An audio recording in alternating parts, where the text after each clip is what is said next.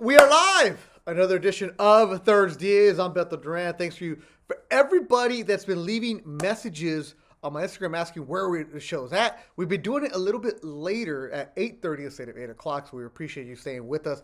Also, everybody who left a rate and review on the YouTube page, appreciate it. Everybody left a rate and review on the iTunes. Thank you so much. Keep on doing it. Go to the ThursDIAZ page. It is available now on Google Play. So if you have an Android, you can now find it on Google Play. Last week we had the Turkish Mafia coming on, jumped on the show. He's actually running right now, so Joel Diaz is unavailable. Coach told me that it's 7:30 in Turkey, and that when they're done running, he'll find out if we're still on the air. If he is, then he'll join us for a couple minutes. But today is going to be a special edition of ThursDIAZ with Roberto Diaz. We started it last week a little bit of Ask the Matchmaker, but today we're really going to get after it. And this is like something where, if you guys want to, I did a podcast with Roberto 3-4 years ago. Wow, maybe longer than that, where I went to Roberto's office and I found his story, and there it is. And as the ThursDIAZ has evolved every single week, there are more and more stories of what's going on. And I think we barely scratched the surface of who Roberto Diaz is. And it's very interesting. Everybody thinks that they could be a matchmaker on Twitter. And if you follow me on Twitter at Duran Sports, I never talk about boxing. I'll retweet a story, but I never give an opinion because as a broadcaster, you shouldn't because you might be working that fight. But my goodness, these are smart people who should know better, but they're talking about what's going on with matchmaking. So tonight, it's going to be a real Ask the Matchmaker, find out the stories. We will get to your questions, and we will have some fun with it. Roberto Diaz, how are you feeling, and what are we drinking? You know what? I feel amazing. I feel good. I was with a friend for lunch, Edmund. He's the manager and trainer for Ronda Rousey. Oh, yeah. He invited me to lunch today. We had a great time. Edmund, thank you so much. Food was amazing. I'm drinking a little Golden Boy cup of coffee. Anybody that knows me knows I don't drink coffee. Yeah. But today, I'm slowing down. I'm drinking a little coffee here on Golden Boy. Happy birthday, Oscar. Oh, yeah. Happy birthday, Oscar. I'm going to have this is for the fans and for you tonight. Oh, okay. Well, because you're going to be coffee, I'm going Desmadre. Wow. Maestro Doble Diamante. I got to take a picture. This bottle was sent to me by my cousin in Guadalajara. He sent it to me, and I only got a little bit left. It's not too much. So I said, you know what? I chilled it. And you can see the little chill, the frost. So I was like, okay, I'll finish this. That'll give me just enough, and then we'll be all right. So, saludos to everybody, wherever you may be. Once again, we appreciate you joining ThursDIAZ. Alan Zamora, Daniel Ochoa. I will smoke a cigar. Oh, okay. This is a very special cigar that I got yesterday from a good friend, Joel. And you know what? It's a very special cigar. And I lit it up for the first time. I will tell you guys it. I will tell everybody about it maybe in about 45 minutes. Okay, so 45 minutes, we're going to find out about this special cigar of what it is. As this bottle is now done, I'm going to have the little squirt. We're going because, look, yes, Max Palacios is Maestro Doble Diamante. I had that a couple years ago. My cousin sent me one. So saludos to el primo. I mean, a little squirt. We're not savages here. We're going to be all right. So cheers to everybody, wherever you may be. Thanks a lot. It's another edition of ThursDIAZ. We are going to have some fun with you. It's the Ask Roberto Matchmaker edition. So when you guys do have your questions, don't ask, hey, what are you going to do with this fight? What are you going to do with that fight? Be good ones. Let's get after it. You know what, Beto? Tonight, let them ask whatever they want. It's up to you and I if we answer it, but it's Beto's night tonight. Let's make it. All right, you guys heard it from Roberto. Let's get going. All right. If I can answer, I won't, but all right, let's do it. And there it is. Thanks to everybody right here. All right. Ay, cabrón, I need some more squirt.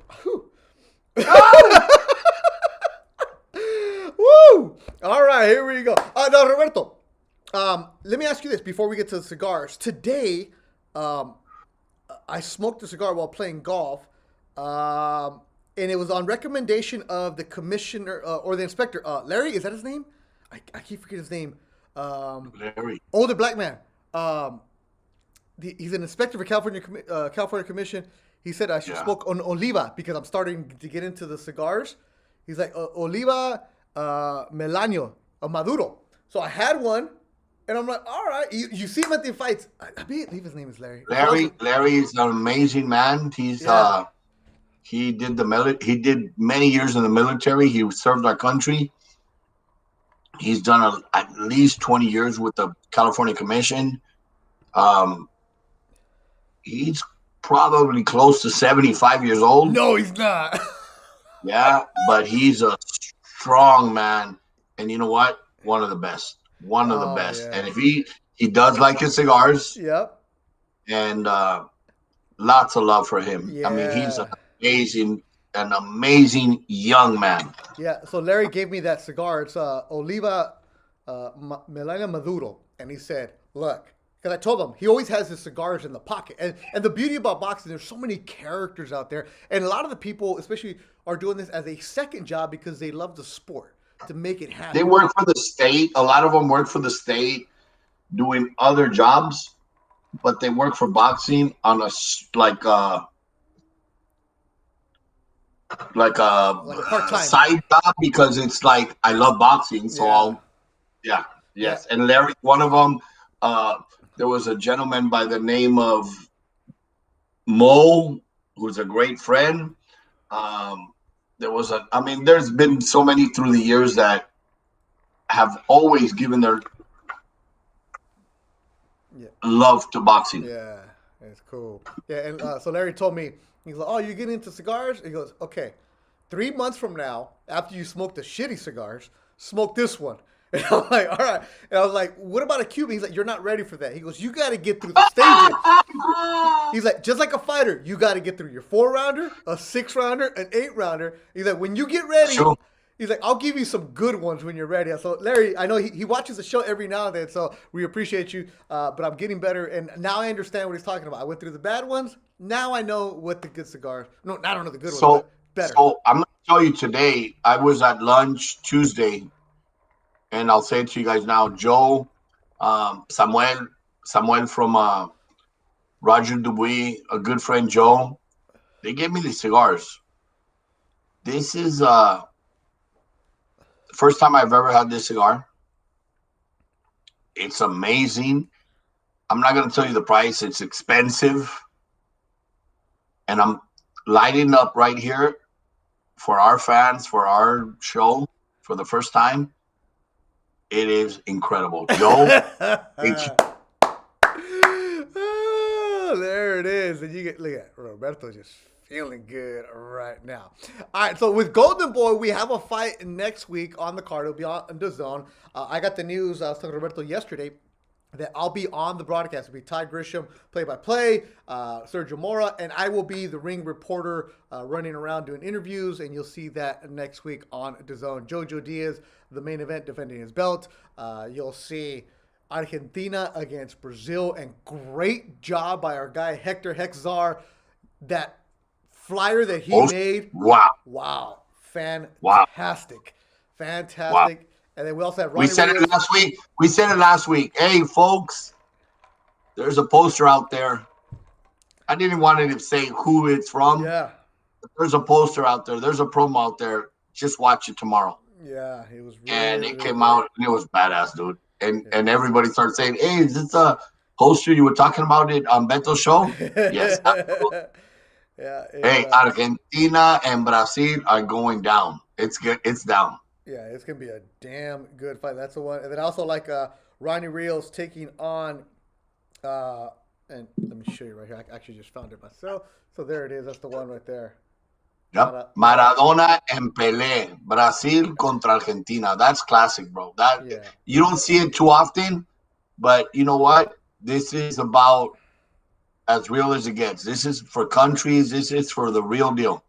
Yeah, that's awesome. Great job by Hector doing that. Now, Ronnie Rios Oscar Negrete is also going to be on that card, so it's going to be a real good one, February 13th. If you're in the Dallas, Texas area, it was announced that the tickets for Virgil Ortiz and Maurice Hooker have gone on sale. The fight's going to be in Fort Worth at Dickies Arena, which my friends told me that is an awesome arena to watch boxing. So go and check out all the Golden Boy stuff. Season is getting going. I mean, the year is getting going. Fight schedule is coming out. We're going after you. Now, let's just start it off. This is Ask the Matchmaker. Let's get going. Roberto, when people ask you, what do you do for work, what do you tell them? I work for Sulem. I work for Sulem. A la chingada. If you don't like it, go talk to Sulem. Look, the matchmaking is beautiful. It's an art. It's whatever you want to call it. The fans are the best matchmakers because they can determine what's the best fights. What they don't know is sometimes those best fights that they want to make are not the easiest fights to make because you have obstacles. I mean, all those fights that the fans would love for me to make, I would love to make them. I would love to say tomorrow, hey, let's do Anthony Joshua and ¿cómo se llama? Fury? Come on. Fury. Yeah. That's the best fight to make today. Or Terence Crawford against Earl? Exactly. Those are the fights that are natural. Those are the easy fights to make. We don't need to be the matchmaker to make those fights. Berchet against Valdez? Exactly. That's getting made. That's a great fight. Yeah. But that's what's easy to do. Come up with them. The hard part is get it through the manager, the trainer, the promoter, the wife, the husband, the brother, the cousin, everybody else that you have to get them through to decide now is the time to make the fight. The business. Exactly. Yeah. Exactly. And today, with COVID, with everything, some of these fights are harder to make. Now's the time to make the fights because tomorrow is not guaranteed. That is why I will tell you this, and I'll tell the fans this. Women's boxing is badass, and it's at a moment in boxing where it is the best. Why? They do not say, who is she? Who am I fighting? How tall is she? How big is she? What's her record? How many knockouts? Give me the date and I'll fight. Really? That easy? And they're jumping in the ring and fighting. And if they lost, they came up short. Okay, no problem. Let's go back, learn, and come back. But a lot of these guys are like, it's not time yet. Let me milk it. Let me brew it. Let me marinate it. And in 3 or 4 years, we'll make it. We don't know if we have 3 or 4 years right now. Especially now, yeah. Exactly. Especially now. Applause to the Sulems, to the Marlens, to the Cenizas, to the Franchons in boxing. Those are the women that have the cojones to say it's right now. They get going. Daniel Ochoa, to answer your question, Beck the Bully is on the card next week. Opponent has not been officially named, but I know it'll be a good one. I saw who it is. If it does, so the opponent has been named, Beto. Oh, has? It's official? Yes. Okay, yes. good. Yes. There's an opponent. He took the fight. I'm gonna tell all the fans. They're gonna be like, "Oh, that's not what you expected." Okay. Yeah, it's a good one.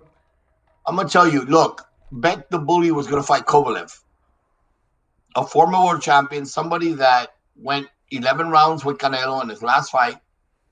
Somebody who previous to that went 2 fights against Andre Ward, one of the best fighters pound for pound. The difficult part was coming off Kovalev, who do you match him with? Yeah. There were some calls, and I said it last week. I made calls to several names, and nobody wants to fight Beck. Beck has 6 fights. We got an opponent that said, you know what, I'm willing to fight him. If the money's right, I'll fight him. Morgan Fitch, he was a Golden Boy fighter at one point in his career. Yeah. And he took the fight. And he's, That's a good one. 16-3. He fought in the Contender. Beck, and I'm not going to speak for him, but Beck was looking forward to a big name. He was ready to fight Kovalev.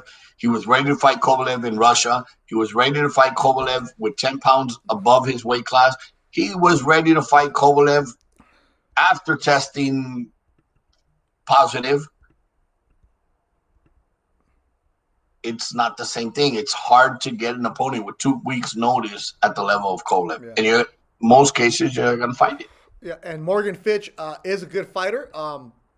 Tough fighter. I've worked a couple of his fights, and it'll be a good challenge for Beck the Bully, and you'll see that next week in Indio, California. I don't know if he's not on the DAZN card, so it'll be up to the Golden Boy to see if they put him on the street. He's on the DAZN card.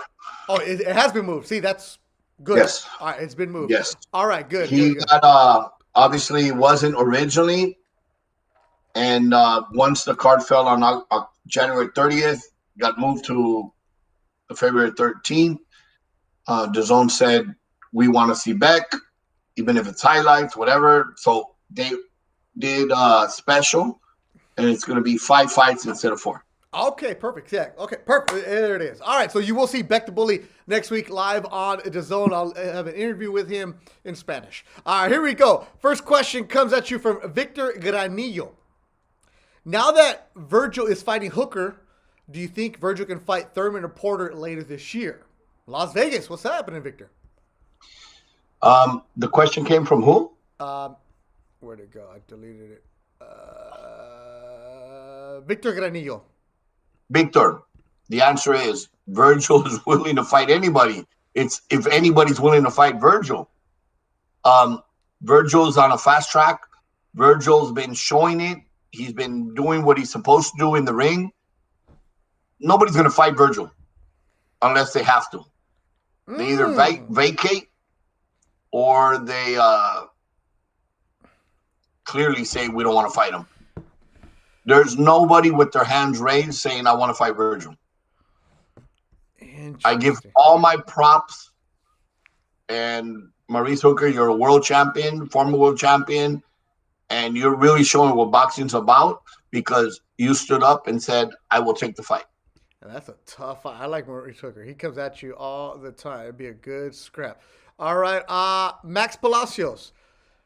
Why did Berlanga not accept the Bully fight? Was there ever an offer for Berlanga? No, there's never been an offer for Berlanga.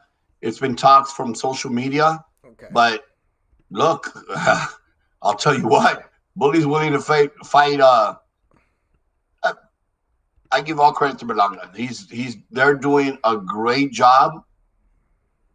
His record's amazing. The promotion's amazing. His management and everything are doing everything right. But actions speak louder than words, bro. Look, Beck was willing to fight Kovalev, a former world champion in Russia, 10 pounds above my weight class. You tested positive. I don't care. I'll still fight you. Do you think he's going to run from Berlanga? Come on. All right. A follow-up question. Bully's the best guy. Is it true Jacobs and Rosado didn't want any part of the Bully? I never offered the fight to Jacobs. And next question. Of course. I answered that question, right? So, I never offered the fight to Jacobs. However, that's a good fight. That would, yeah. Never know. Let's see here. How do they handle different fighting styles going up the ranks? Like, how do you set up a brawler against a technician? Because as you're grooming a fighter, you got to give them different styles. That way they learn it. How do you know when to give those guys that kind of move? That's a great question, Minnie. I think it's Minnie who asked the question. Yeah.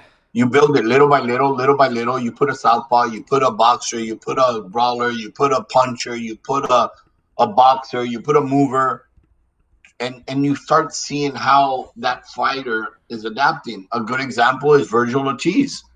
Anybody you've put in front of Virgil Ortiz, he's done what he's supposed to do, knock him out. And there's going to be a point where one day you're going to see him fight and realize, okay, that's the style that gives him difficulty. Build it. And how was it? He fought a southpaw. He fought a former world champion. He fought a mover. He fought a boxer. But he's done everything that he's supposed to do with each and every one of them. He's knocked them out. There you go. Paula, okay. Any news on an all-female card? You had mentioned it before. Is that still a possibility, Roberto? I've always wanted to do that. I mean, not always. I'll tell you, before boxing, I was working with, yes, of course, there wasn't all women's card. There wasn't women boxing in Golden Boy. And eventually it came to the point where it's like, okay, you know what? It's time.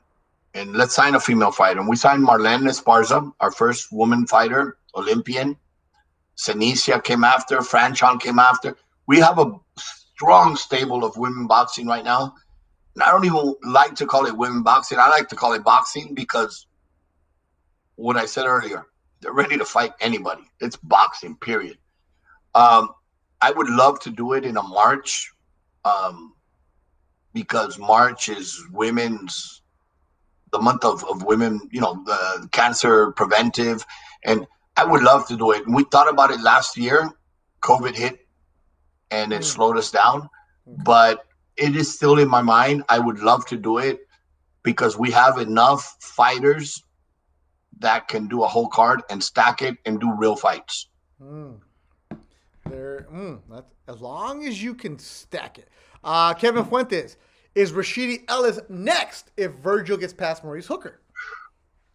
No. All right. No. Rashidi Ellis has been mentioned in the past for Virgil for Rashidi. However, I think they can both stamp their presence in the welterweight division and make a presence known and then face each other in a unification, because I believe they can both win the welterweight title and then unify and make it bigger. And you know what? They deserve the bigger fight. Yeah. And if anybody, if you don't know who Rashidi Ellis is, go after him. Follow him on social media. Great young man. Known him since I started in boxing out of Boston, Massachusetts, Lynn, Massachusetts to be exact. Lynn. And great kid, great personality, like full of life, and just does work. His fight against Alexis Rocha completely controlled Alexis, which I didn't expect. And Rashidi, another one who's like, okay, we'll get after it. No problem. This is an interesting one for the Green Eye Bandit. Different weight classes, but do you think we could ever see Virgil and Teofimo Lopez? I won't say no, because you can't say never. Say never in boxing. Teofimo's doing his thing, and he's doing a great job. Yeah. Amazing job at 135. I think those days are numbered. He should be going to 140 very soon. But you got 140, and Virgil's 147. And you know what? I don't know how long Virgil can be 147, because he looks like he can do 154 and 160 within the next couple of years. So I don't see it, but you never say never. There you go. Gonzalo Torres. Any hopes regarding Virgil as Crawford's mandatory, since Porter doesn't seem to want that fight? That's from Gonzalo Torres. So I do see it. Virgil has said from day one, and he's one of those fighters like Beck the Bully that doesn't just say I want, but he actually does want. And I do believe that it can be sometime very soon. However, the second part of the question, I don't think Porter is really running from that fight. I think Porter wants that fight. And I don't think Crawford's running from the fight. I think it's more of a political reason that fight doesn't happen. Porter, from in the past, from the history, he's not running from nobody. However, yes, Virgil is ready to fight anybody in the welterweight division. I like Sean Porter, another one who, when I first started off, was there, and I got to see him and rise, and he does an excellent job as a broadcaster too. He's really Great job. grooming. What I really like about Sean Porter as a broadcaster is you could tell that he's doing his homework. He's not just showing up and saying, "Oh, good punch." The kid is into it, so I like Sean Porter's approach to everything that he does, whether he's broadcasting or fighting. Guys that Roberto helped groom. Like, let's be completely honest. Guys that when they were under the Golden Boy umbrella, Roberto was seeing these young fighters come up. Fighters like Errol Spence, guys like Sean Porter that were on the cards, and the Charlo brothers. So when you see that, now I'm going to ask this one, and if you guys, as I typed in there, when you ask a question, please include your location because I just like to see where you guys are coming from as we're doing ThursDIAZ. It's a Ask the Matchmaker edition of ThursDIAZ. Hello to everybody out there who is watching the fight right now. And yes, the tequila is gone. Hopefully you're drinking your shot on Thursday. Roberto has a coffee and his fancy cigar. Now, Roberto, when you see fighters that you brought up early on in their careers and they're no longer with you, not that it's like, oh, personally, oh, forget him, he's gone now with this, that, but you develop a relationship because you meet these kids at 18, 19, 20 years old, and then they become full-on men who get married, have kids, and become champions. How do you view that? Where you may not work with them on a day-to-day basis anymore, but going back and saying, hey, I remember when this kid was a 4-rounder. Great question. It's a great question, but it's very easy to answer because it happens every day. I see Deontay Wilder fighting, Luis Ortiz fighting, Abner Mares, Leo Santa Cruz, Danny Garcia, Errol Spence. I mean, you name a lot of these fighters that are fighting today. They came through this farm system. They came through Errol Spence. They all came through here. So there is moments where I'm telling you, it's human. I don't give an F what happens.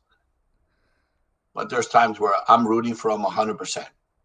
It's very, very seldom that I'll tell you this. I don't give an F what happens to them. But the majority of them, I'm still rooting for them every day. And they know it. They know it because I'll send them texts. I'll send them messages. Errol Spence, Danny Garcia, Abner Mares, all of these guys. I mean, they came through here. And you know what? It's human. You have to, at one point in your life, feel I have respect and admiration for them. There's very rare that I say, oh, I hope he gets his ass kicked because he was an ass. There's one out there that I still say, and it's not because of him, it's his attitude. It's a problem. It's a problem. And you know what? The problem, you got to fix it. And it's like, you are better than you're talking. So just do what you got to do and don't be the problem.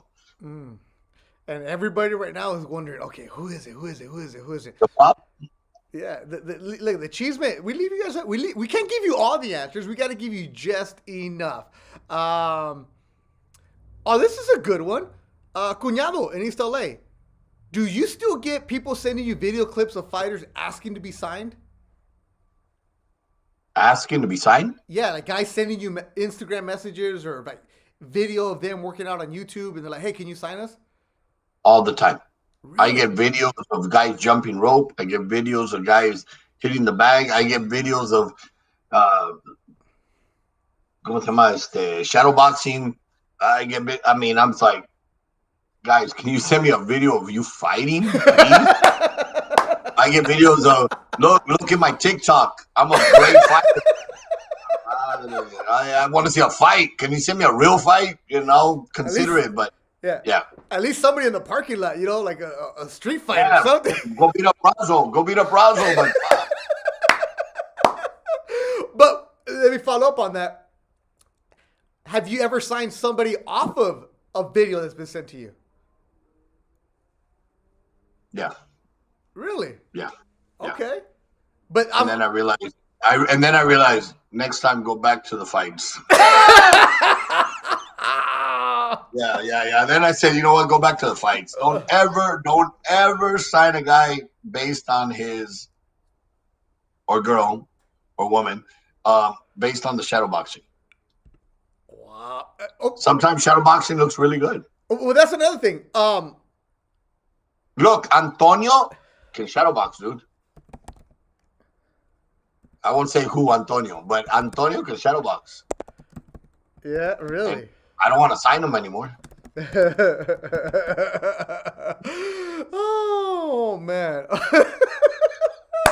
I'm laughing because it's funny to me because I know what's going on with that. Because I know what you're talking about. Right? But at the same time, okay, because there's people who have amateur fighters that are watching the show or listening, if they do want to get signed and nobody's really paying attention to them, how do they catch your eye, Roberto?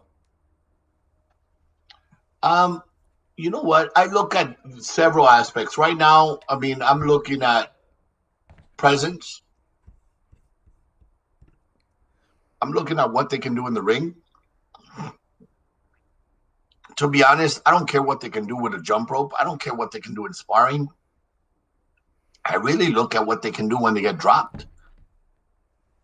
What they can do after they lost. Because everybody looks great when they're winning. Mm-hmm. It's what you can do when you come back from that. Mm.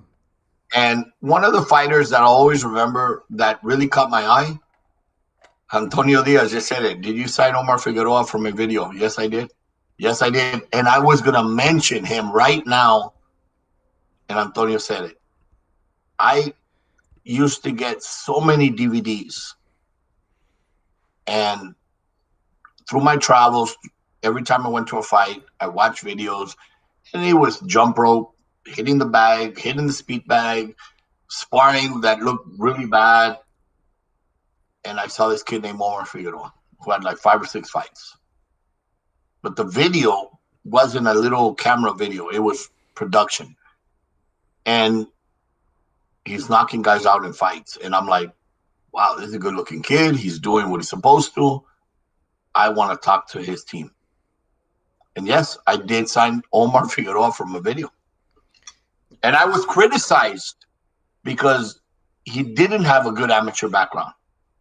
And I was criticized because who's signing your fighters at Golden Boy? They don't know what they're doing. And I'm like, wow. He made it to the world title undefeated. And I realized, okay, I think I know what I'm doing. Huh.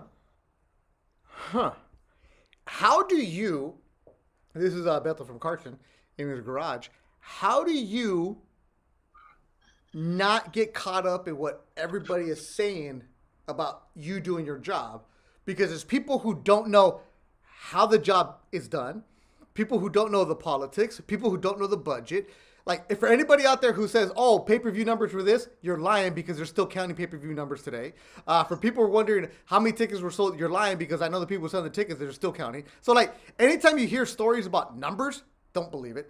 And you just don't know what's going on. So how do you keep the outside noise out in your job? It's hard. It's hard. When I first started, and it's a great question. When I first started, I was excited. I'm working for Golden Boy. Oh my God, the dream come true. And then you start hearing all this negative surrounding you. A fighter loses. Oh, it's a matchmaker's fault. Had nothing to do with Victor Ortiz losing to Maidana. That was an HBO fight. HBO called for it, and I got all the blame. And I was like, wow. And it hurts. You take it personal. And it's like, maybe I'm not good for this. Maybe it's time to go. And you doubt yourself. You do doubt yourself. You have to have that thick layer of skin that says, I'm going to keep going. And once you get through that, then you start hearing it again and again. And it's like, okay, I'm used to it. And it comes with the territory. And you know what? Me vale. But you still take it personal. you still take it personal at times where I had nothing to do with this. There's fights I have nothing to do with. I didn't make them. As well as there's fights that you make and people say, wow, so-and-so was a great, the trainer, the manager, and you're like, no, I convinced everybody to do that fight. But that's when you don't raise your hand and say, I want credit. So you know what? It goes with, yeah. That's what it is. It's that was a great fight, but you can't do it. So when I started as a broadcaster, Jose Mota, son of Manny Mota, who's Angel broadcaster, told me early on, he said, whatever you do, don't ever take anything personal. As Joel Diaz is joining us right now, he said, because when you coach! He said, because I'll get to you, coach, right now. But he said, when you take things personal, you get caught up in avoiding what the good that you're doing. And coach, the question was for Roberto. I asked him, how do you avoid people constantly criticizing you doing your job, which is whether you're a matchmaker, whether you're a trainer. And Roberto's talking about you can't take it personally. You just got to keep the outside noise going on. And I'm pretty sure, coach, you're the same way, where you can't worry about everything that's out there for you, right? Oh, believe me, I live with that every day. I mean, I think it's part of our business. It's part of our job. We have to deal with it. We have to go through adversities. And I mean, as a professional, I'm going to tell you, I'm going to be honest with you. When I started a social media page, I never had a social media page, whatever. I don't know how long it's been that I started an Instagram page. And people would tell me, hey, you should, a lot of people want to see what you're doing. You should open up and I remember I started one. And when I started, I was like, okay, this is fun. But then I started getting those comments, those negative comments, and people start, basically talking bad about you and whatever you're doing. I'm not gonna lie to you, Beto. I mean, there was times in which I would want to get in a fight with everybody. See? I was like, that's what I'm saying, Beto. You take it, it hurts because we're not that type of people that are so used to like F you and man, you're always so expecting we're good. I mean, I'm not saying, I'm the best guy in the world. No, but you're good people. So you want to give good back. When you hear bad coming your way, it's like, cabrón, I didn't expect this. I'm not here to get bad. Look, I'm here to do good. And people are so negative. And you know what? In boxing, you got more negative than you have positive. Dude, some of these guys, it's. I mean, we're not going to get into like, what the trolls do and all that other stuff. I saw a question right now. Why is Tanajara going away to Machado's home of Puerto Rico? That's a good question. You know what? Great question. Eventually, somebody has to go to somebody's backyard to fight. And that just shows Tanajara has, it's an opportunity. They're both Golden Boy fighters. It's not even a Golden Boy show. Ring City is doing shows everywhere. They said, hey, we want to do we're doing it in Puerto Rico. Will Tanajara fight Machado? Let's ask both camps. Both camps accepted the fight. It happens to be in Puerto Rico. It's a great fight. Let's not ask why it's happening, where it's happening. Let's enjoy the fight.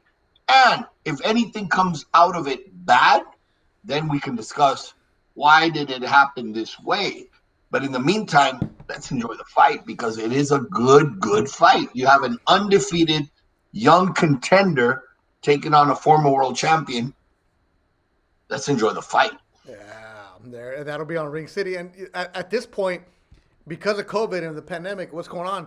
Anytime you can get your fighters on a card, you can do it. Let's get going. Exactly. So, Coach, welcome to the show. Thanks for joining us.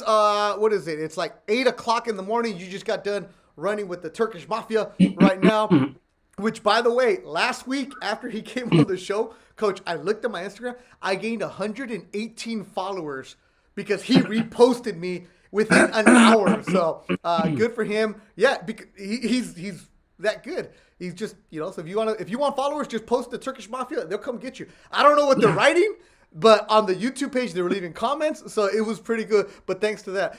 Before we get back to your questions, let's just check in with Coach Joel Diaz right now. You guys are in Turkey. What's the schedule for you guys right now? When are you coming home, and how's it been? It's tough, man. It's a little stressful here right now. Training is good. He has a good mindset. He's been sparring really well. I mean, he's been looking really sharp in sparring. Since I got here, I dedicated myself to, teaching him more. I mean, we basically started where we left off when he was back with me. He has improved so much, and we got back on track. So the training is good. The fact is that we're supposed to just be here for a few days since he got his visa, because his visa has been approved already. But the thing is, I mean, we're in Belek, Antalya, and where he's gonna get his passport is in Istanbul. So we're here in the training center, and last Thursday we sent his 2 passports and the pictures. We mailed them in. They gave us a tracking number, and it should be back within a few days. So we figured, okay, Thursday, Friday, over there, Monday maybe, and then it's back. So the thing is this, we had plans to head back this weekend, to be back in California this weekend so we can start back over there on Monday. I have sparring and everything going over there. I know Golden Boy has a show. My son, I mean, he came with me to help me. He's been a lot of help, honestly, man. And I know that he has to go back to work. So I talked to the manager yesterday. I said, hey, we haven't got the passport. What are we going to do? I said, we need to get back. But at the same time, I don't want to leave and leave Abney behind. I can't, I mean, he's my soldier, and we walk together, until the end. So more likely what I'm going to do, today is our last day. If we don't get the passport in today, I mean, I'm going to have to send Junior ahead because he has to go to work. He has to come into the bubble on Tuesday. Junior has to go in the bubble on Tuesday. Yeah. So I need for him to be over there this weekend to get things situated for him to go to work. And then Junior's getting fired. I'm gonna send him his papers if he doesn't show up. I mean, he can't be double dipping over there. Yeah, I mean, I know. I know the accounting guy, and he might. I don't know, man.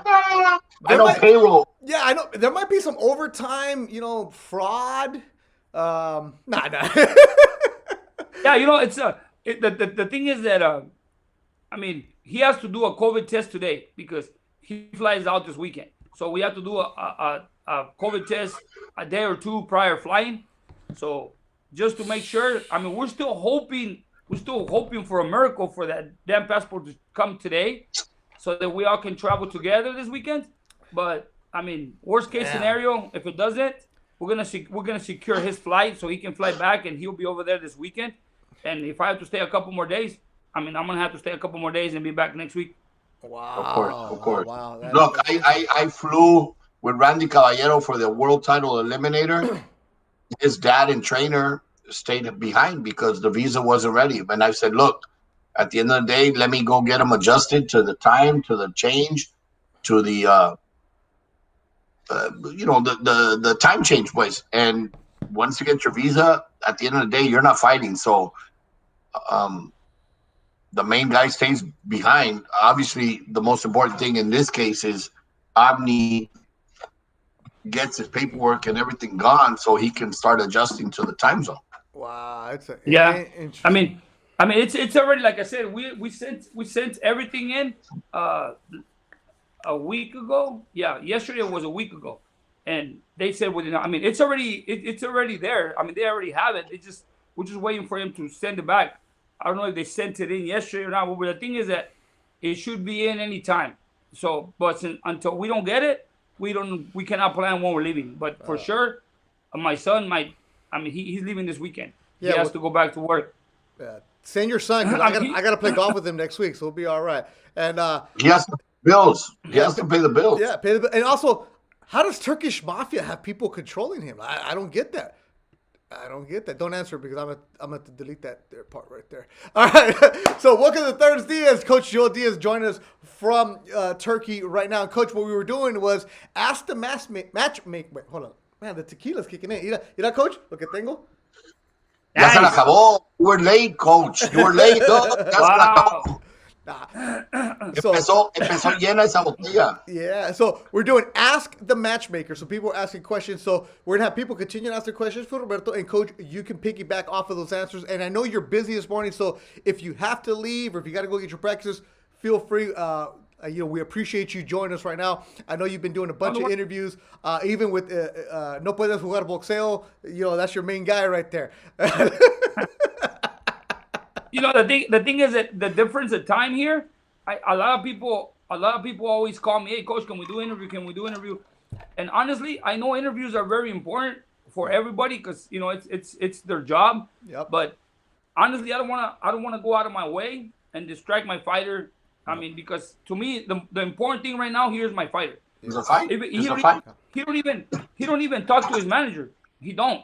Everything goes through me because Really? I have a schedule. Anybody needs anything, they have to go through me.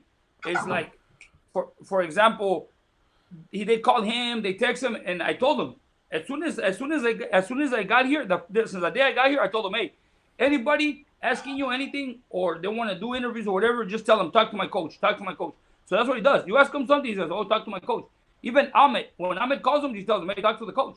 So I want him to be focused on priorities, which is his fight. He's very centered. He's very focused. People call me, and what I do is I tell them, if we have the time, we will do it. I usually arrange it because right now at 7 we go run.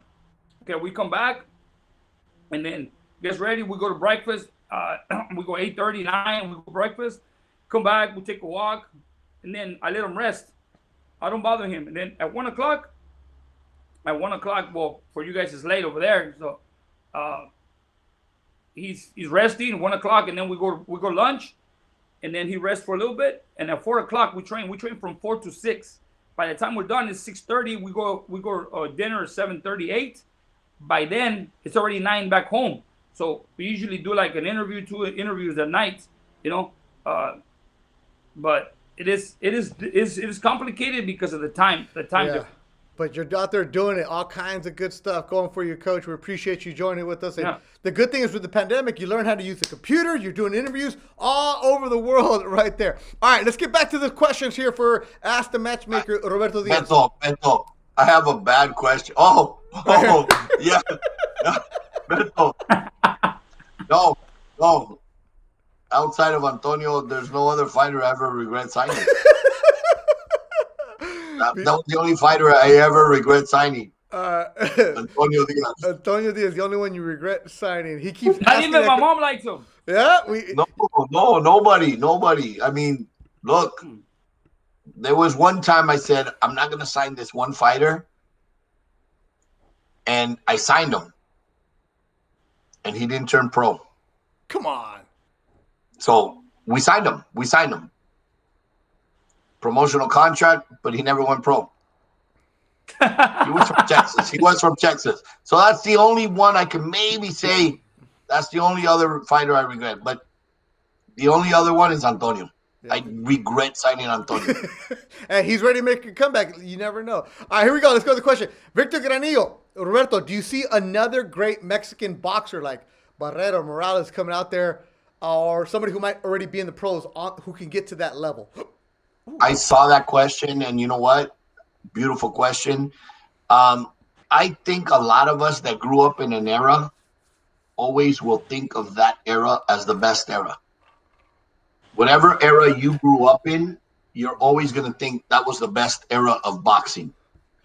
To me, the best era of boxing was Sugar Ray Leonard, Marvin Hagler, Tommy Hearns, Alexis Arguello, Aaron Pryor, Salvador Sanchez. And then we had that next generation, Barrera Morales, Marquez, Pacquiao. I can't say I will never see that because Mexico produces some of the greatest fighters in boxing. I see a new generation. I like what I see right now with 4 of our young kids. Oscar Duarte, William Cepeda, Luis Hernandez, and Joseph Aguirre. I call them the four aces of boxing of Mexico. The world hasn't met them yet, but you have four fun fighters, dedicated fighters, badass fighters. William Cepeda came and made his debut here in U.S. territory Where's he last year. from? Where's Cepeda from? William Cepeda is from El Estado de Mexico, where Salvador Sanchez was from, outside of Mexico City, and made a debut and made a spectacular showing. Knocked out his opponent. Luis Hernandez is making his U.S. debut in March on Virgil Ortiz's undercard. Oscar Duarte has fought here. People that know him, he's a very dedicated, big puncher. And Joseph Aguirre, there's something special coming. I love these chances. Will they live up to Barrera, Morales? You know what? Only time will tell. But they can grow. They can grow. Roberto, another question is coming in for you right now. Joet Gonzalez, shoe can, is that possible? No. Okay, there you go. No. Who's Camarón? Sulem is saying Camarón. Who's Camarón? Yeah, is his name Camarón? Oh, that's the kid from Hermosillo, right? That we saw in Chihuahua. Oh, William Cepeda. William Cepeda is Camarón. Yeah. Okay, all right. So there you go. All right, so if you guys have the question we had to say future world lightweight champion. Yes, absolutely. Camarón. Yeah. William Cepeda. All right, so if you guys have the questions for... Oh, Coach, here's this one. Can Bully get to 160 or is it only 168? Ooh. You know what? I'm pushing him to 160. We will take a lot from him because he's very compact. He's very compact. He's very solid where he is. I know a lot of people say, oh, well, he's small for 168. I mean, that guy right there, he's small, but he's like a bulldozer, man. He's very solid. I'm telling you. I don't know. I don't think bringing him down to 160 will be a good idea. So he'll be going up to 175 eventually, right? Because he's what, 25, 26 years old, something like that? 24. That's he's a baby. Yeah. No, there's no need to. 24 years old. He was willing to fight Kovalev at 178. There you go. 180. Hey, we are the Beck the Bully. We are the Beck the Bully show of record. Sergio Martinez, let me go ask you this. I'll answer this for you. Are you guys going to get Hector Velasquez on? We will not have any current fighters on the show. That's my decision because the moment you have one guy on, all of a sudden you're opening up a Pandora's box where everybody's going to come on and say, hey, get this guy on. Hey, get this guy on. This isn't a show to promote other guys. It's ThursDIAZ. You got two Diaz's telling stories during Platicas. If you guys want the interview story, if you want that stuff, go ask Mario Lopez and Steve Kim. They'll give you all kinds of stuff. They'll do that for you. And it's no, I don't mean no disrespect. No, exactly. No, but yeah, exactly. It's not the disrespect. It's just the moment you get one person on, every single manager is going to be like, get my guy on. And then how do you say no to one person and say nothing else? Look, Toño is begging to come on every single week. The only fighter that's allowed on ThursDIAZ is Antonio Diaz. Sometimes. And I don't want to sign him. I don't want to sign him. Oh, man. Arturo Alvarado, what is your favorite Cesar Chavez fight? Ooh, that's a good one. Mine was when he fought what was his name? The fight with the controversy situation where he knocked out in the last round. Meldrick Taylor. That one. You watch that fight with Meldrick Taylor and it's action packed from beginning to end, man. That's one of the greatest fights of Julio Cesar Chavez. I have to agree with Coach. It was many years ago. I bet 3 of my friends at the house. We watched it. I ordered it. 10th round, I put my money on the table because I lost. I remember betting 3 of my friends, $500 total. And I said, ahí están los $500. And they were making fun of me. Yeah, the chingada was that. I wasn't upset because I lost the 500. I didn't care about the 500 anymore. I was upset because my idol was going to lose the fight. Mm. And in the moment he hurts him right before he knocks him out or the fight gets stopped, he hurts him. I remember thinking to myself in the 12th round, and I see Meldrick buckle. Ya pa qué? It's too late. Ya perdiste tú y ya perdí yo. Yeah. And Richard Steele stops the fight, and I jumped to the floor. And I'm like, I didn't care about he won. At that point, it was like, me los chingué a ustedes. The friends that had been like, oh, the last 3 rounds, te chingamos, they're your hero. I was like, vengan, cabrones. I didn't care about the money. It wasn't really about the money. It was like, ya ves, you can never, in boxing, it's not over until the fat lady sang. Indeed. Roberto, actually, 2 days ago, I was in my room just watching fights, and one of the fights I like to watch over and over is Castillo Corrales, right? Rest in peace, Chico. You know, the same thing that happened to you on the Chavez-Taylor fight happened to us. It was Antonio, Julio, friends. We were sitting in the living room watching the fight. And I remember, because we trained with Chico Corrales. Chico Corrales was good friends with Antonio. And when he was in fight Robert Garcia for the IBF, he was training in Coachella. And then David Vasquez, rest in peace también, cut him right here under the eye. Coach David Vasquez? Yeah. Rest in peace? Yeah, David Vasquez passed not so long ago. He had an accident and his car went into the canal and him and some friends passed. Yeah. I thought you knew. Oh my God. David Vasquez from Blythe? Yeah, David Vasquez from Blythe, yeah. He was at one camp, he held Barrera for sparring. I didn't know he passed. Yeah. Recently, I got a call from his brother. They were driving. I don't know. Somebody I think they fell asleep, and the car rolled, went into the canal. They had their seatbelts on, and I mean, he quedaron, you know. Wow, and that was recent. That wasn't a long time ago. So David Vasquez had some really old gloves, some Casanovas, I think, and they were old. They were old and really hard. So the thing is, they sparred, and it was like, I think it was the closing camp of Chico Corrales, and cut him open under the eye, and it got really swollen, and there was a cut. So it was like he was fighting for the world title against Robert Garcia. I remember we're like, hey, relax. You know, we can take care of this problem. I brought my dad in. I go, my dad can help you. My dad took care of it. My dad used some, I don't know, some salt and some stuff and fixed it up. The next morning, he was good.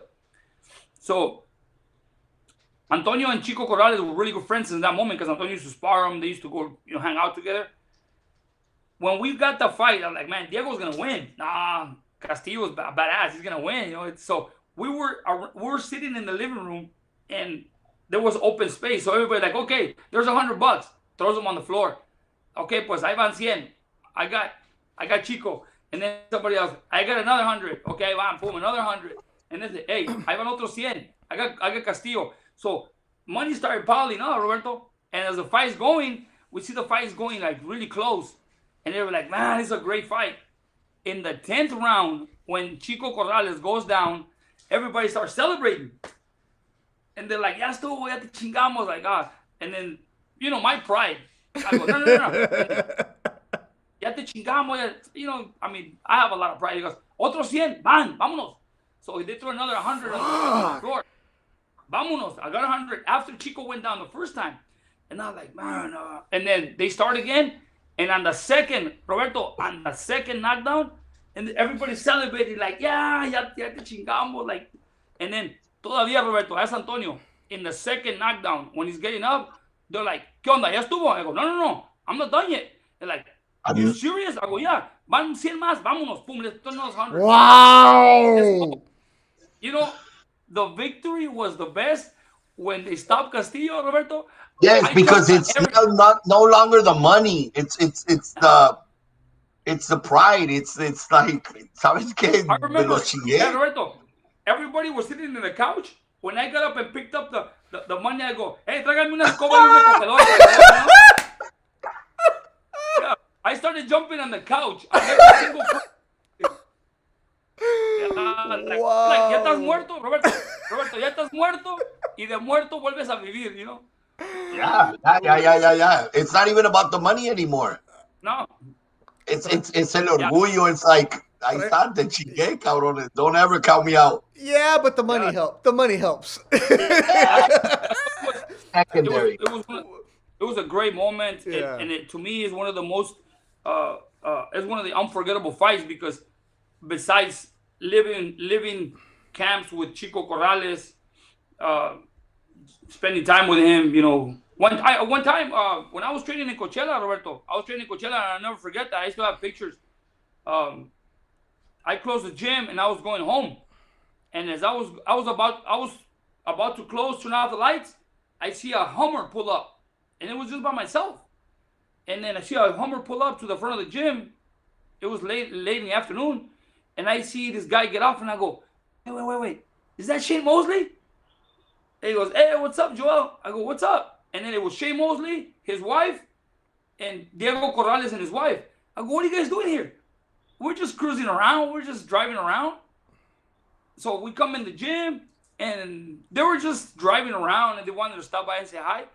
So they came in the gym, we hung out, and then I called Antonio, I called my wife and the kids, and we were there for a while. But they were just driving around, just stopping and saying hi to people. Wow, really, Yeah. really, that's pretty cool to hear because Well, I it's mean, to be honest, I know that that gym, as much as right now it's famous because Joel and Antonio and all these fighters that we all know right today. But back in the day, I know Nassim Hamed, Oscar trained there, Bernard trained there, um, Acelino Freitas trained there. I mean, it was a very popular gym. really Popo Freitas. I just love that name, Popo Freitas. Popo Yeah, I Freitas. just love it. All right, here's a question that comes in from Sonteo Media. Sonteo, appreciate you. Um, some fighters come with too much baggage to get involved with, meaning father, family drama. Has there ever been a moment, Roberto? I mean, without saying any names, when you think of a fighter that you want to sign, but you didn't because there was too much drama behind them? Absolutely, absolutely. It happens all the time. Sometimes it's not the talent, but it's the baggage, Mm, and or sometimes the fighter's very um, humble, but around the surrounding behind them is not so humble and expect too much or demand too much that you're like, you know what? I I want to step back. I don't want to be involved here, and it's going to be a disaster. And you walk away from. And yeah. yes, I won't say names. And you know what? There's times where it's backfired. I know a fighter out there today that wanted to sign with us, and I see him every time he fights and say, "Fuck, he should have been my fighter." But upper management that's no longer with us at Golden Boy said no. And I see him today, and I'm like, he wanted to sign with us, and he should have been with us, but Really? um, it wasn't my decision at the time. So it goes both ways. And coach, is this something you've seen some of that? Oh, we see it all the time. We see it all the time. Remember, every mind is a different world. Not everybody thinks the same. You know, uh, in my camp, if I have 15 fighters, everyone thinks different. You have to treat them different. You can't treat them all the same because some have different mentalities. Some are more sensitive than others, and you figure that out yourself. Sometimes I tell Antonio, just there's fighters. Honestly, there's fighters that they're finishing their training, and they tell you, "Hey, can we do this? Can we do that?" I mean, you are the trainer. They're just fighters, right? And then they ask you, "Can we do this?" And like, but you already, yeah, but. And then Antonio always brags like, dude, just leave him. He already did it. I go, Antonio, just give it to him. Do it. Because mentally, it's like, I'm telling you, when I had Dominic Salcido back in the day, and he lost his first fight, he got knocked. I mean, his second fight, he got knocked out. He was helping Juan Diaz spar. He had just come from a training camp with Juan Diaz. He came back to me, and when he got knocked out, he was blaming his loss that he didn't get proper mitt work. That he wanted mitt work the way Mayweather used to do it, because his former coach had passed away, and his former coach used to do mitts like Mayweather. I go, come on. I mean, I didn't get the proper mitt work, like like that tapping and reacting and stuff. I go, really? So like I said, there's fighters that are very special. They think different, so you gotta treat them, the way they want to be treated. Because if not, I mean, it's just not there. I remember Golden Boy. I remember Golden Boy signing a fighter, and I went through 20 opponents before his pro debut, and they turned him down. I'm not gonna name the fighter. And they started saying that I was so close to Coach Diaz that I was putting only tough opponents. So I said, if this is the pro debut and you already turned down 20 opponents, yeah, I don't want to deal with you. Let's release him before he debuted. And we released him. No, before he debuts? We released him before he debuted. Because there was already a conspiracy that I was putting only tough opponents. Now. Well, you're a hater, that's why. I'm a hater. And I thought to myself, you know what? I wish him all the best of luck. That kid, with all due respect, didn't turn out to be a professional fighter. I think he went and fought, but didn't do much in boxing. And then when you realize, see, it wasn't me. Yeah. It's the fighter of the team. It was never going to be good. So why do I want that headache coming into the game? Well, at the same time, if you're going to sign with a promotion company like Top Rank, Golden Boy, you gotta believe. You're an elite fighter. You're expected. And there's an investment. It's a different level than, say, if you signing with a club show. It's a different expectation. They're investing in you. They don't want to get you beat. Yeah. So when that started coming at me, and then they actually told me, the word got back to me, he's too close to Coach Diaz. So it was against Coach. And it was like, they're trying to get us beat. And it was like, what? Are you serious? Wow. You know what? I don't want to deal with this. Antonio brings up something interesting. Have you ever had a fighter whose mother was too involved? That's the fighter I'm talking about. Oh, that's who you're talking about? Antonio, he knows. That's why he's messing with me. That's why he threw it out there. That's why he threw it out. Antonio knows. You know what? Tonio, go do your own fucking podcast then. He went 11-0 and he got released from his promoter. Tonio, why don't you go? Not from me. He didn't do a pro, and he didn't do pro debut with us. He then went to another promoter and maybe went 11-0 and got released. But eventually, there's the point. He didn't go far. Anybody can go 11-0 at Big Punch Arena. Hey! Robert! Hey! Merhaba! Merhaba! Robert, the best promoter. Nice to see you again. I love you so much, Don't forget to... Thank you, Abni. Thank you. Much love. Abni! Much love to you. Abni, amigo, come back. Okay. Again. Sí. Merhaba, fanatic. Merhaba. Viva Mexico. There you go. All right. Now, last week I heard this guy, Coach, ¿habla español? I mean, no. Yeah. Viva Mexico. I heard him say that. What else does he know? He likes the Viva Mexico. ¿Cómo estás? Just because my coach. ¿Cómo estás? Say, ¿cómo estás? ¿Cómo estás? All right. Bájalo, put him lower, Coach. We can't see his head. No? Yeah. All right. I'm gonna take him to eat breakfast right now. Right. Yeah. So Yeah. What do you say, Coach? ¿Cómo estás? ¿Cómo estás? Peínate, Abni. Peínate. Right, ready. ¿Cómo estás? Say, Viva Mexico. Say, Viva Mexico. Viva Mexico! Let's go!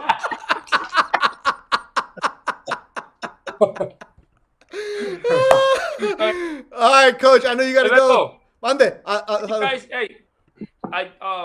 I'm happy to see you guys again. I'm glad we're back. Everything's good. Looking forward to, being at home next week. God willing, and then having a tequila with you guys. But meanwhile, we gotta focus on the champ. Yeah. Viva Mexico. I'll see you in Miami. Okay, you coming? You I'll coming be to there. Miami, Roberto? Well, I'm gonna take a title too. Oh, Roberto's coming to Miami. Oh, very good. I'm taking a Listen, title. I'm taking a nice to see you again, title. Robert. Nice to see you again, Robert. I hope you're good. Absolutely. I hope you're I healthy. see you in Miami. I'm very happy to see you again. Okay, guys, I'm Likewise, gonna take them to brother. eat breakfast. Likewise. All right, coach. Good, Nos vemos. good to Gracias. see you guys again. Take care of yourself. Hello to everybody watching. Thank you guys, always watching, always being there for us 100%. Okay, cuídense. Buen día. Robert, take care of yourself.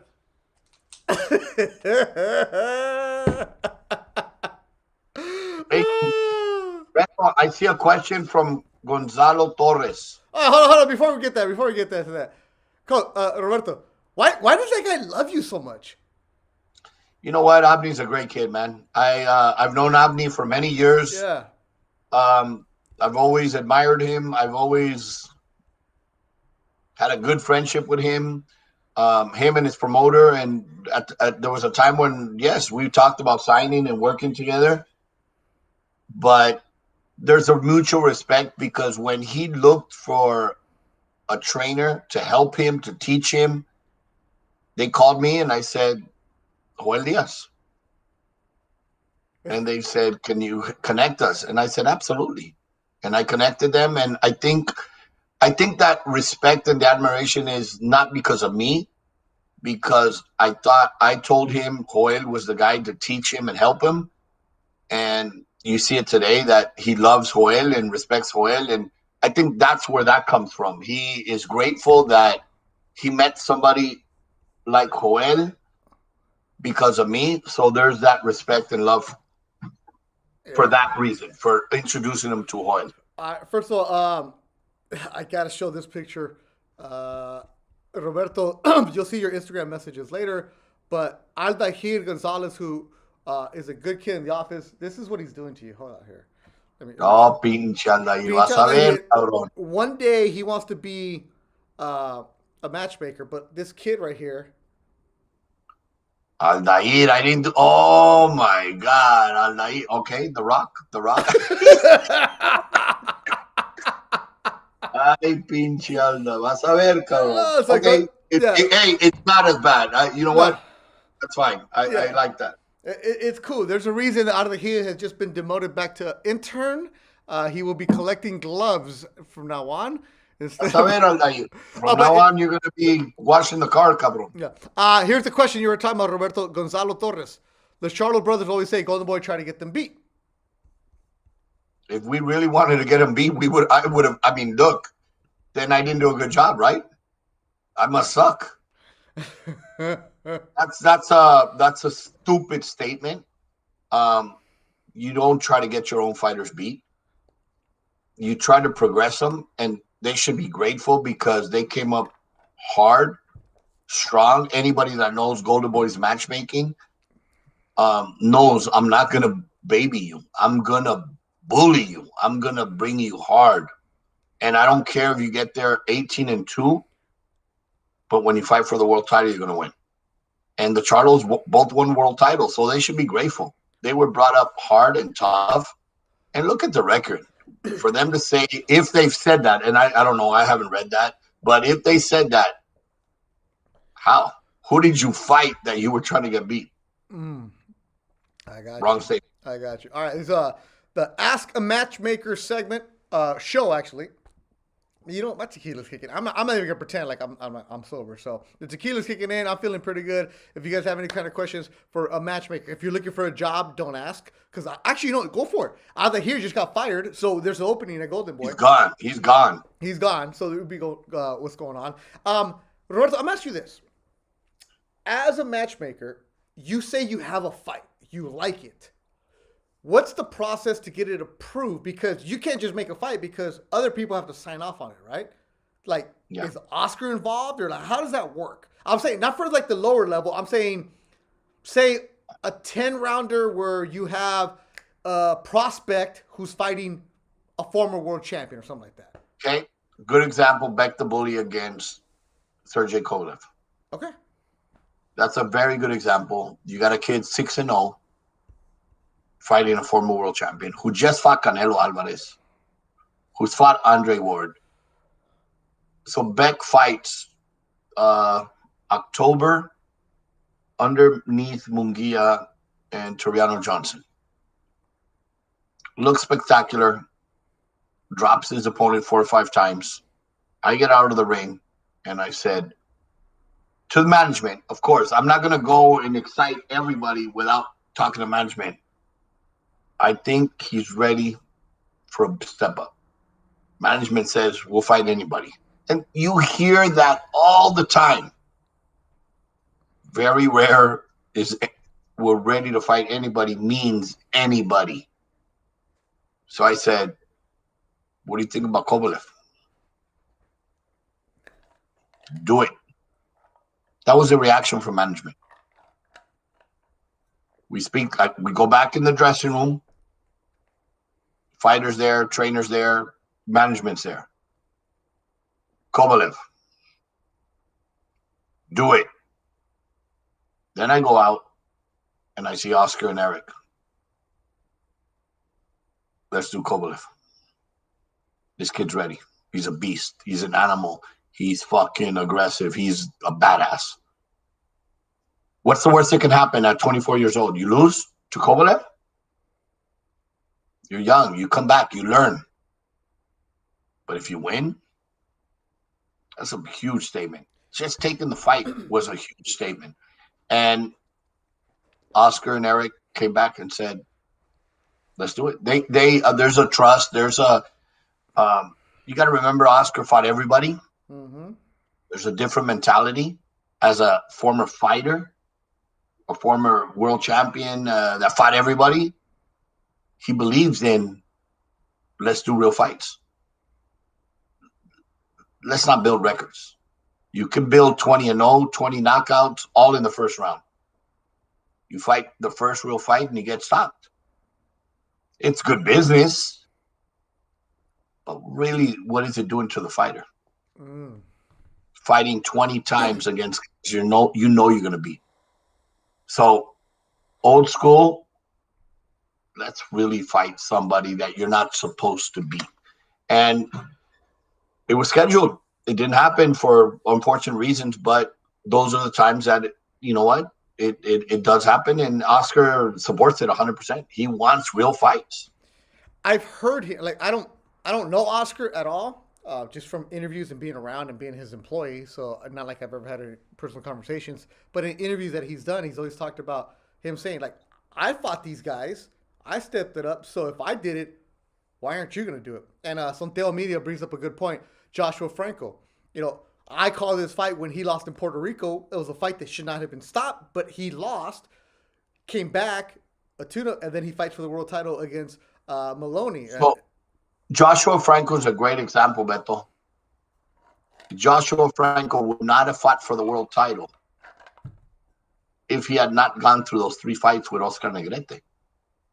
Yeah. He showed so much in those 3 fights, regardless of the outcomes, who won or what, or the decisions.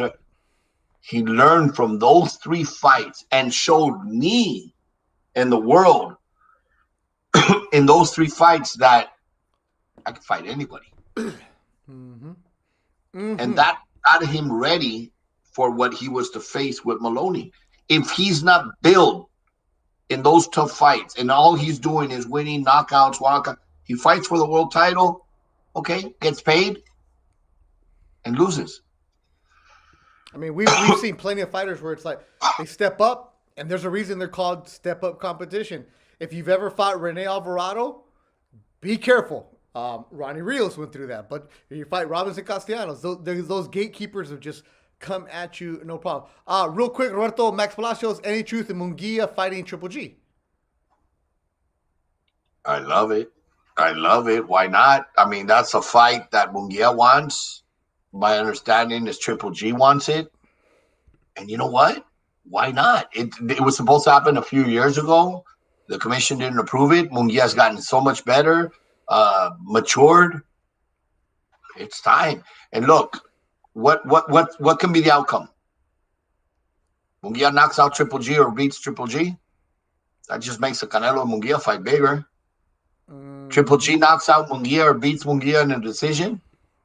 That just makes the Canelo fight bigger. So it's a no-lose situation. It's a great game for the fans. So let's do it. Munguia is ready to knock out Triple G. Okay, I'll follow up with this one. Has there been any kind of negotiation? Yes, talks are in the works, and we hope to get it done.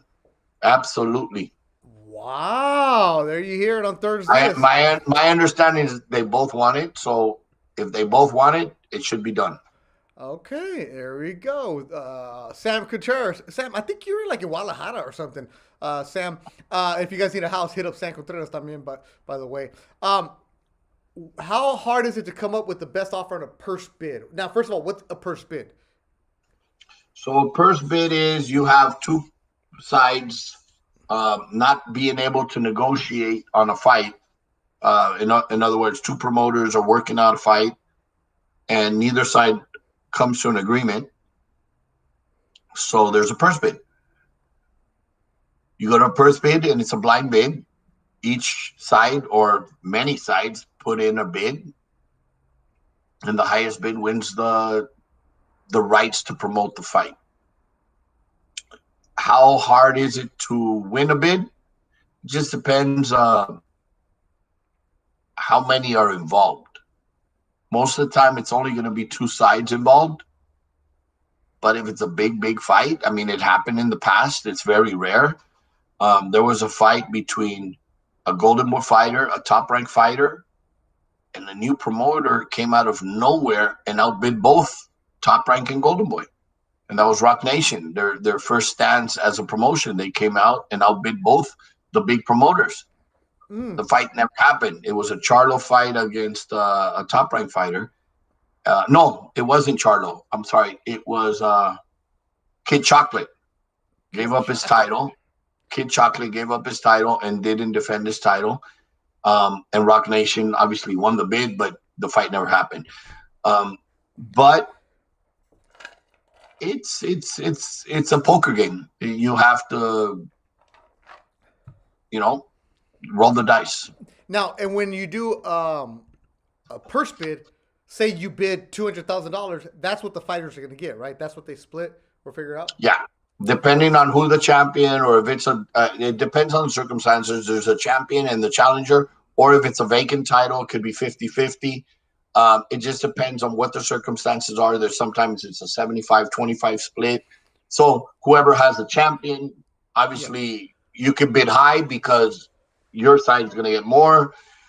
If you have the challenger, you're not going to bid very high because you're giving up 75% to the other side. So it just depends on what you're bidding against, if it's 50-50 or 75-25, and there's cases where it's 70-30. Yeah. See, puro negocio, people. See, this is the stuff you guys think is all easy. Like, oh, I'll make this guy against that guy. No, you got to get a purse bid. You got to figure it out. And then if you're like, well, my guy deserves $1 million. Well, the purse bid was 200. So there's no million for you. No, and you know what? And there's times where management's like, oh, my guy deserves $1 million. It goes to purse bid, and the bid is 200,000. What does your guy deserve? 50-50, 100. Whoever bid, that's how much your guy really deserves. And when you're a purse bid, you can't negotiate because that's the purse bid. So, Exactly. Toma. Juan Hernandez, when is Linares fighting? Juan Hernandez. That's my baby. That's my boy, Jorge. I spoke to Jorge last night. He's in the gym. He's training in Japan. I hope we have a big announcement next week. A big announcement. Oh, a big announcement. Oh, well, then He's ready. He's training, and he is wanting to fight whoever puts a contract in front of him. So Linares fights at 135? Absolutely. So Linares, a big announcement at 135. We'll talk to you guys next week. With all the money talk, how many accountants does Golden Boy employ? Not enough. I tell you that much, Juan Tena. There's not enough important because you know how much they pay me? I need 4 or 5 people just to money launder all my my taxes because I got Beto Vision, I got Duran Sports, I got Humberto Duran, I got Beto Duran, I got Robbie Duran. Oh yeah, all kinds. So not enough accountants at Golden Boy for me, Mr. 1099. I'll tell you what, Juan. The most important pen in the building comes from accounting. Yeah, the golden pen. They go. See, everybody wants to worry about money. All right, a couple more questions. Roberto. See, Juan wants to go with Ryan Garcia talk. Ryan's busy, bro. He's King Ryan right now. He signed with Gatorade. He's got all kinds of good stuff going on. Leave my Ryan alone, bro. A fight that you wish you could have made, but you were unable to make. A fight that you were working on, but it just didn't happen. Okay, so historically, a fight I wish I would have been involved in that never happened, that I would have loved to have made is, and I always think about that fight, is Julio Cesar Chavez against Roberto Duran at 135. Historically, not that I was involved in. I just wished I would have seen that fight. Amazing fight. Chavez was one of my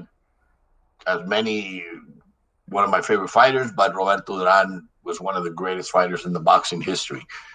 A fight that I wish I would have made,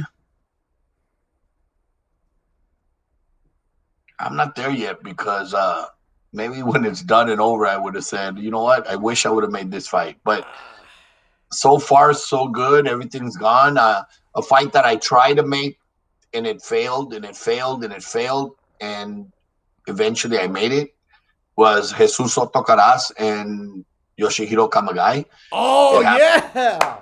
I tried to make that fight like 5 times before it actually happened, and we actually did it twice. So that's a fight that I almost threw in the towel and said, it's not going to happen. I mean, after 3 times and it didn't happen, it was like, okay, it's not bound to happen, so forget it.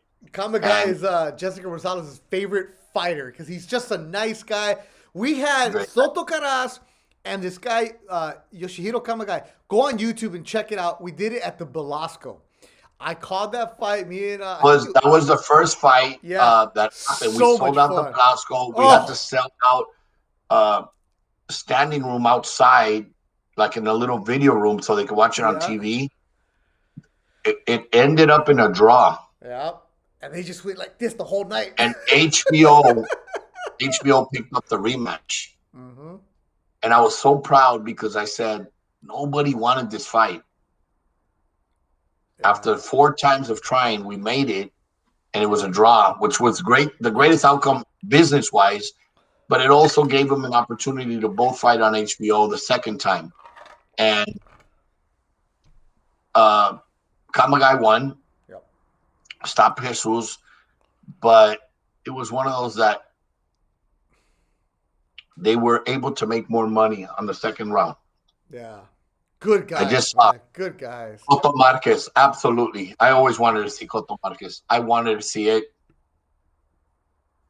Anybody that knows me knows that I have a little beef with Marquez. A little? I love Cotto. I love Cotto. And I think there was talks about the fight, and I said, oh, man, you don't want that fight, Juan. You don't want that fight. Miguel Cotto would have knocked him out. That's just my feeling. What about Lucas Maidana? Argentina battle. How close was it? It could still happen. Why not? Argentina, they could still fight tomorrow. Man. Hey, that's a beautiful fight. That'll fill up the stadium in Argentina. They fought in the amateurs. They have mutual respect. And that fight could happen any day.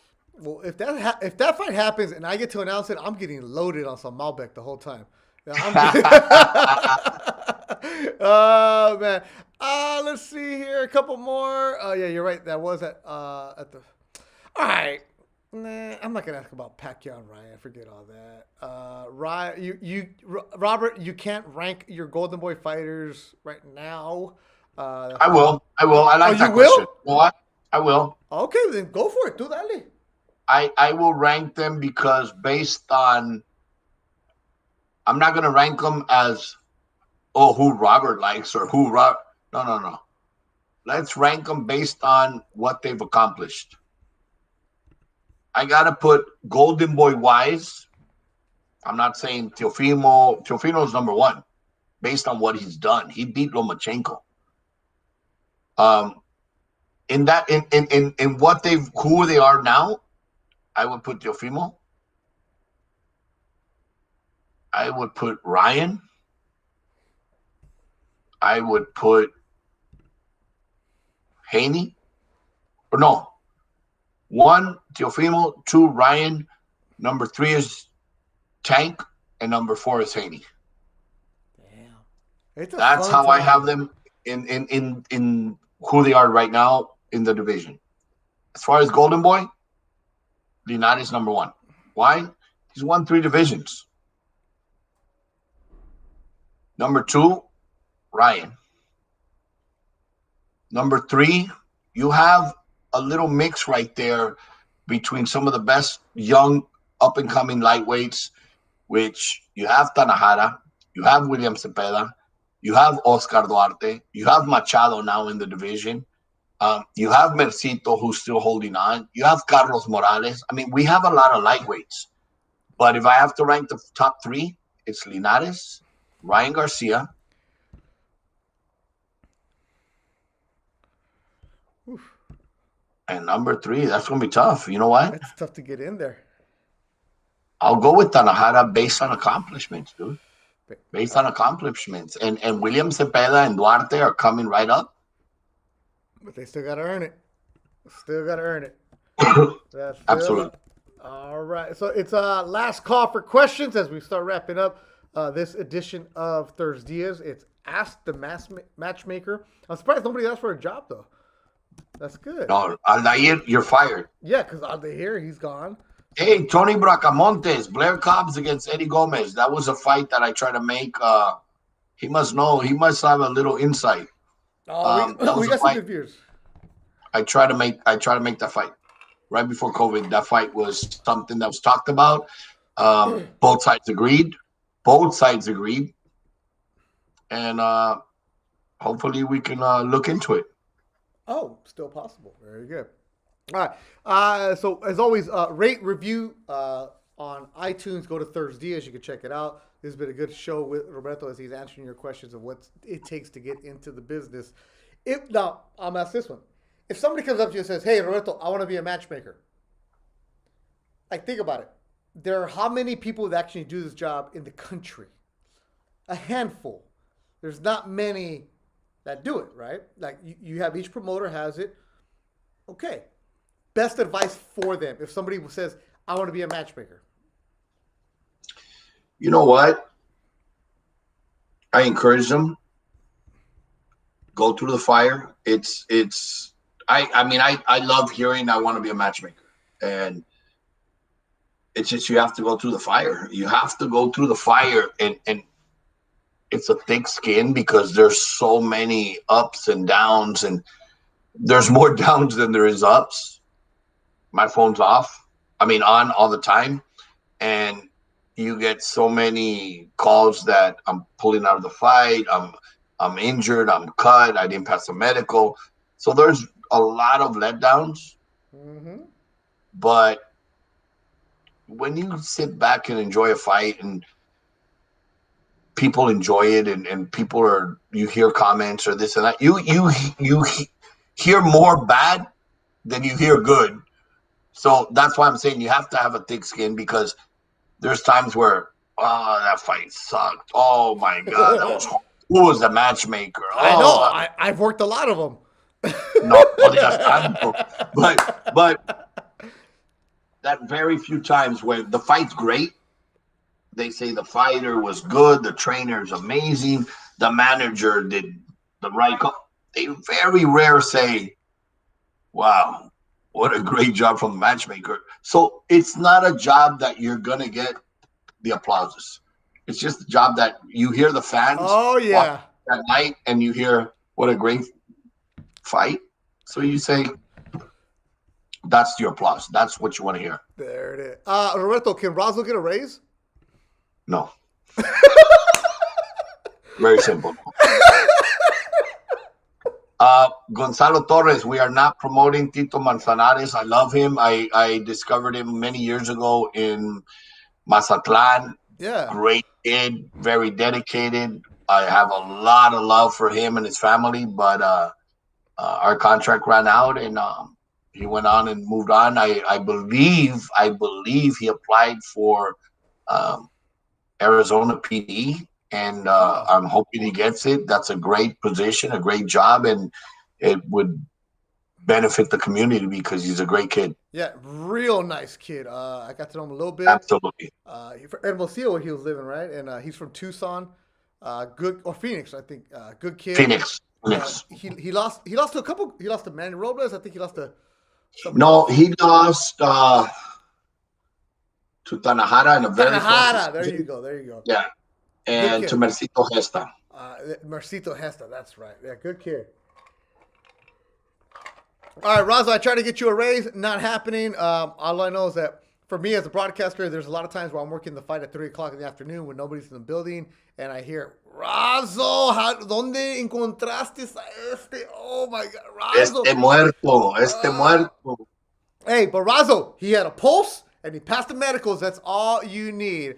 All right, yep. Give Razo an assistant. Razo... Why does Razo need an assistant? See, all these people have their own... How does everybody have their fan club? Tonio has a fan club. Razo has a fan club. Alahir has a fan club. Razo's on. Yeah, I know. No, he wants to come. Razo, he's the one who asked if he can get a raise. Now, Roberto, final question from me. All right.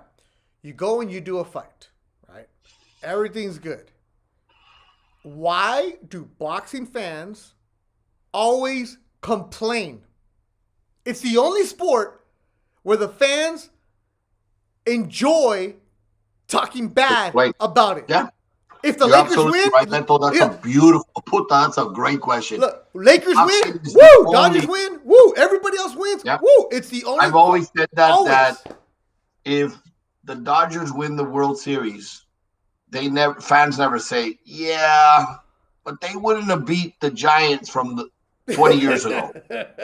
And they wouldn't have beat the Angels from last year. They enjoy the moment. And in boxing, a fighter wins tonight who many fans said he's not going to win, he's going to get beat. And then he wins. Yeah, but he wouldn't have beaten Marvin Hagler. Or if Triple G would have been 1 year younger, he would have knocked him out. Enjoy the moment. Enjoy the fight. If the fight sucks, don't enjoy the fight. Don't enjoy it. But if the fight was good, look, I still enjoy watching. I'll go back on YouTube and watch Marvin Hagler and Tommy Hearns. It was 3 rounds.